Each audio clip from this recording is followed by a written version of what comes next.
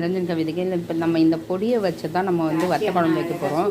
வெங்காயம் தக்காளி எதுவுமே சேர்க்க போகிறதில்ல. இது இந்த பொடி எப்படி ப்ரிப்பேர் பண்ணுறோன்னா தனியா மிளகா, அதுக்கப்புறம் வந்து மிளகு, சீரகம், அதுக்கப்புறம் கடலைப்பருப்பு, கருவேப்பிலை, அதுக்கப்புறம் உளுந்தம்பருப்பு எல்லாத்தையும் சேர்த்து ஒரு வறுத்து இந்த பொடி ரெடி பண்ணி வச்சுருக்கோம். இந்த பொடியை வச்சு தான் நம்ம இன்றைக்கி சூப்பரான வத்த குழம்பு வைக்க போகிறோம். நம்ம எண்ணெய் சூடாகிடுச்சு. இந்த ஸ்டேஜில் நம்ம வத்த குழம்புக்கு தேவையான எண்ணெய் சூடாகிடுச்சு. இந்த ஸ்டேஜில் நம்ம வடகம், வெந்தயம், கடுகு சேர்த்துக்கிறோம். சேர்த்து பொரிய விட்டு இதில் வந்து நம்ம வெங்காயம் தக்காளி எதுவுமே சேர்க்க போகிறதில்ல இந்த வத்த குழம்புக்கு.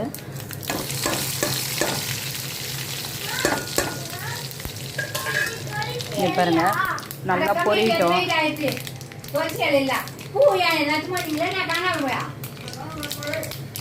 இங்கே பாருங்க நம்ம வடகை நல்லா பொரிஞ்சிருச்சு. இந்த ஸ்டேஜில் ஒரு கொத்தமல்லி சேர்த்துக்கணும். இப்போ நம்ம சுண்டைக்காய் வத்தல் சேர்த்துக்கணும். வத்த குழம்புக்கு நம்ம சுண்டைக்காய் வத்தல் சேர்த்துக்கணும். சுண்டைக்காய் வத்தல் சேர்த்து நல்லா பொரிய வறுக்கணும். நல்லா செவக்க வறுக்கணும். செவக்க வறுத்துட்டு இப்போ இந்த ஸ்டேஜில் வந்து இடித்து வச்ச பூண்டு சேர்த்துக்கிறேன். இடித்து வச்ச பூண்டையும் சைமல்டேனியஸாக இதிலேயே போட்டு நம்ம சுண்டைக்காயிலே வர விடுப்போம்.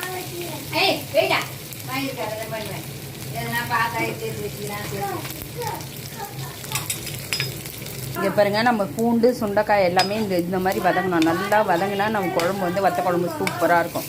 இந்த மாதிரி இப்போ நம்ம மல்டி பர்பஸ் பொடி இதில் 1 ஸ்பூன் போடுறோம். இதில் 1 ஸ்பூன் பொடி போட்டுக்கிறோம்.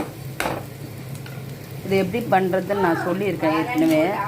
இப்போ நம்ம கரைச்சி வச்ச புளி இதில் சேர்த்துக்கிறோம். இப்போ இது காரம் எப்படி இருக்குதுன்னு பார்த்துட்டு நம்ம மிளகா பொடி, கொஞ்சம் சாம்பார் பொடி சேர்த்துக்கலாம்.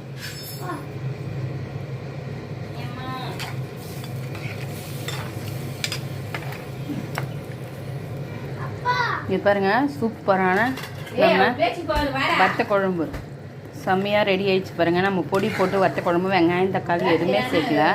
இது வந்து சூப்பராக இருக்கும். நம்ம இந்த வத்த குழம்பு எத்தனை நாள் ஆனாலும் இந்த வத்த குழம்பு கிடவே கிடாது. 10 நாள் ஆனால் கூட இந்த வத்த குழம்பு வெளியே வச்சா கூட கிடவே கிடாது. இதுக்கு அப்பளம் வச்சுக்கிட்டு சூடாக சாதம் போட்டு சாப்பிட்டா அப்படி இருக்குங்க தேவாமிர்தமாக சூப்பராக இருக்கும். இந்த பொடி போய்ட்டு ரெடி பண்ணி இந்த மாதிரி ஒரு நாள் செஞ்சு கொடுத்து பாருங்கள்.